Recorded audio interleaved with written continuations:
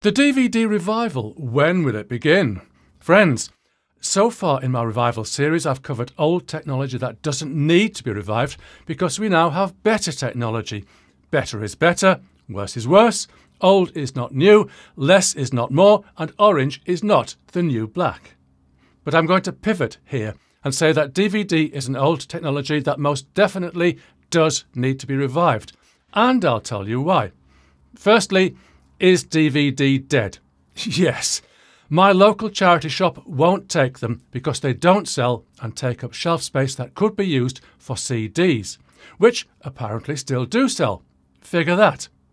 So, if a charity shop can't sell DVDs, DVDs must be dead. Actually, I'm not even talking about DVDs. I took a box of Blu-rays in and they wouldn't even take them. Not worth the shelf space. And actually, they didn't seem to know that a Blu-ray isn't a DVD. But oh well. So, Blu-ray is also dead. Dead as a DVD. I'll give you another reason why I know that Blu-ray is dead. I went to a car boot sale just last Sunday and I bought 3 Blu-rays for £1. £1! That's a bit like $1, but a little bigger and a little better. OK, I know. A Good Day to Die Hard, Fast and Furious, Kingsman, The Secret Service. Comments about my taste in movies in the comments, please. 3 decent movies for £1. That's not £1 each, it's £1 for the lot. And Blu-ray rather than DVD. So, I'm going to concentrate on Blu-ray here. DVD was a great format in the 1990s, so much better than VHS. Oh, so much better. But DVD isn't up to today's HD standards, and I really can't see a reason to revive it. If you really want me to do a video on DVD or even VHS, then let me know in the comments. I'm not making any promises. But Blu-ray, what's so great about it? Well, it's HD, high definition, up to 1920 pixels across by 1080 pixels high. You can call it 2K if you like. That's 2K as in around 2000. So, when I'm watching a movie on Blu-ray on my home cinema system, I'm watching on what back in 2008 was the best television in the world, a Pioneer Kuro. OK, it's showing its age a bit now, but I'll still choose it over any LED. I can honestly say that I find the visual experience to be just as good as being at the cinema. In fact, the blacks are a little blacker, and my living room auditorium can be darker. The sound is great, too, through my B&W 801s. OK, there's a thrill to being in the audience at a cinema watching a new release, and if cinemas, call them movie theatres if you like, ever die, then they'll definitely need reviving. But it's rare to see anything but a new release in the cinema, and I can only watch what's on offer. In my home cinema, I can watch anything I can get my hands on, and I like my Blu-rays. Now, if I hark back to my video on the CD format and why it doesn't need reviving, according to me, but not so much people in the comments, my view is that I can listen to almost any music that has ever been recorded on Spotify or Apple Music or any of the other streaming services. OK, I know that I can't get everything, and listening to classical music on Spotify is a rather shabby experience. But there's so much music out there, I could never possibly run out.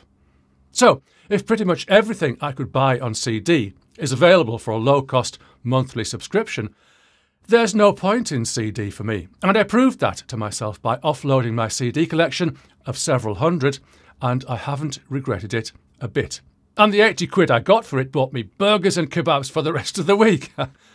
But for movies, things are different. Can I just butt in on my own video for a moment and ask myself why I'm calling them movies when here in the UK they should be films? Well, you can probably blame the internet for that. But I find a useful distinction to say that Die Hard and Fast and Furious are movies. Tenet is a film. And I've got that on Blu-ray too, paid full price. So, if Spotify or Apple Music can supply all my music needs, can't Netflix and Amazon Prime Video supply all my needs for movies and TV drama? No, as I said, things are different. Netflix, let's use that as an example, has an amazing catalogue. Let me refine that and say that Netflix has an amazing way of making you think their rather limited catalogue is much bigger than it is. So I can go on Netflix and click and click and click and click, and I can't find anything that I want to watch that I haven't watched already. Search for a particular movie and they probably don't have it. Click some more and it's clear that I'm on a carousel going round and round and round with the same titles. Over on Amazon Prime, I can search for a particular movie and hey, they have it. Oh dear, I have to pay extra on top of my Prime subscription to watch it. And it's not as though Netflix's or Amazon Prime's catalogues are growing. Whatever's there today might easily be gone tomorrow. Whoever was enjoying Buffy the Vampire Slayer on Amazon Prime and got halfway through the 7 seasons now has to buy a Disney Plus subscription to watch the rest of it. That's in the UK. Your mileage may vary. I can remember saying a long time ago, possibly as far back as the 1980s, to people who complained about the BBC licence fee, currently £159, that in the future it wouldn't surprise me if people regarded it as normal to pay £1,000 a year for their televisual entertainment. We're not there yet, but I don't think it's far off. So basically, where Spotify and Apple see music as something of little value that they can easily own, rent and pay creators peanuts, movies and TV dramas have a different scale of values. You want to watch a movie? Well, you've paid your subscription, so you should be able to watch it. But better watch it now before it gets yanked to preserve its future market value.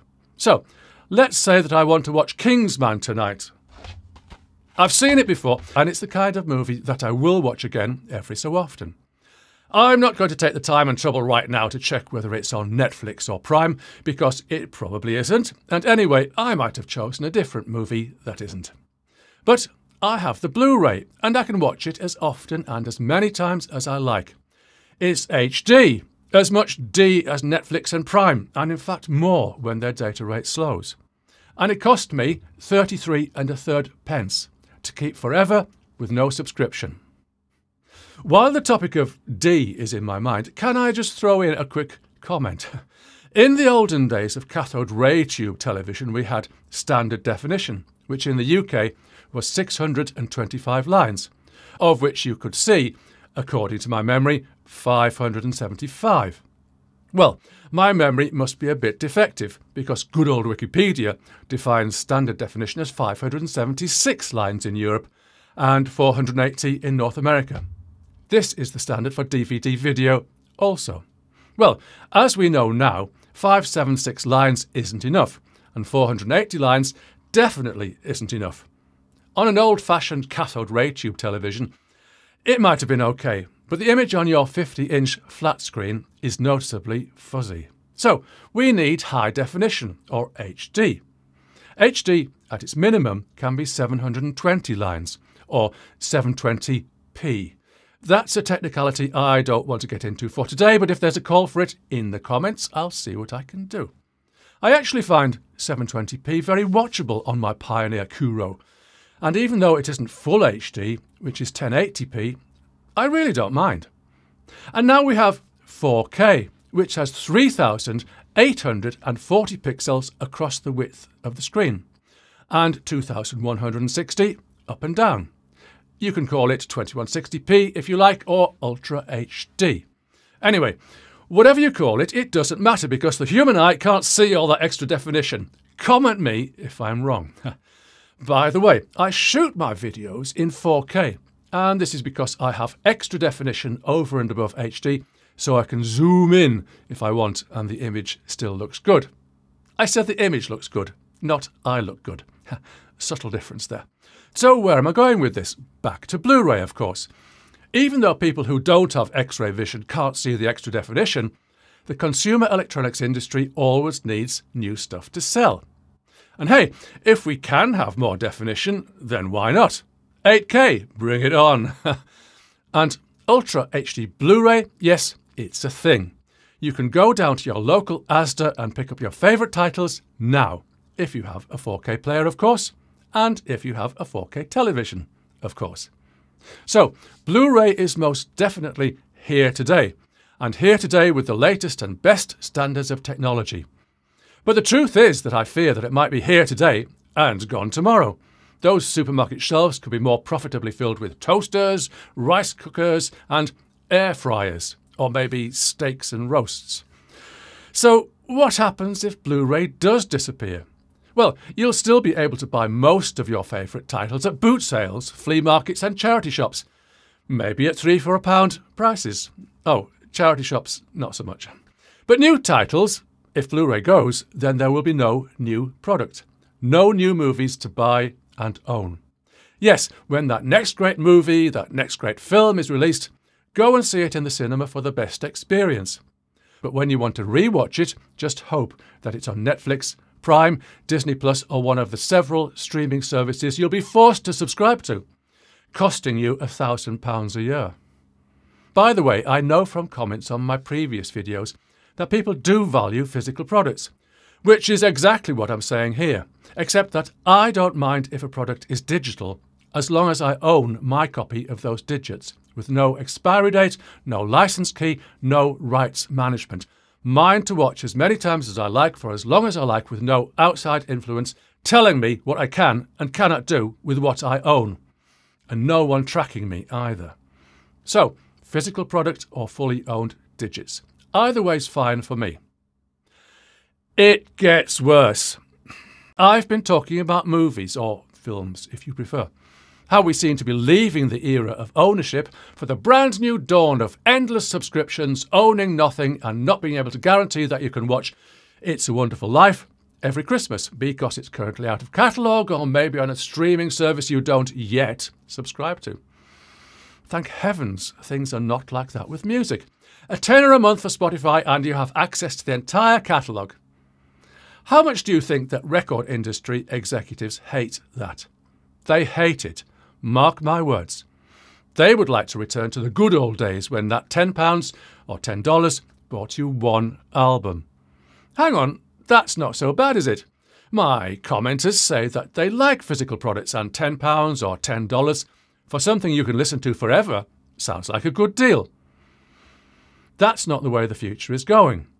The future is in phasing out physical product even further than it's been phased out already, and to segment streaming services. Yes, segment streaming services. You don't get the whole catalogue for one subscription. So, just like you subscribe separately to Netflix, Prime and Disney Plus, you'll subscribe separately to the big three record companies, Universal, Sony and Warner. At $10 a month each, that doesn't sound too bad, but then they'll segment it further, down to the label level. So, more subscriptions. Island, BMG, ABC, Virgin Atlantic, Def Jam.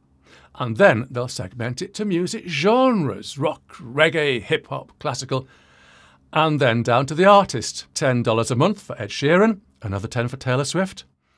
How many subscriptions do you want? How many do you need? OK, that's enough of this bleak future I'm predicting. Or maybe it wasn't the future until I mentioned it just now. Someone at Universal is watching, and they have a cunning plan.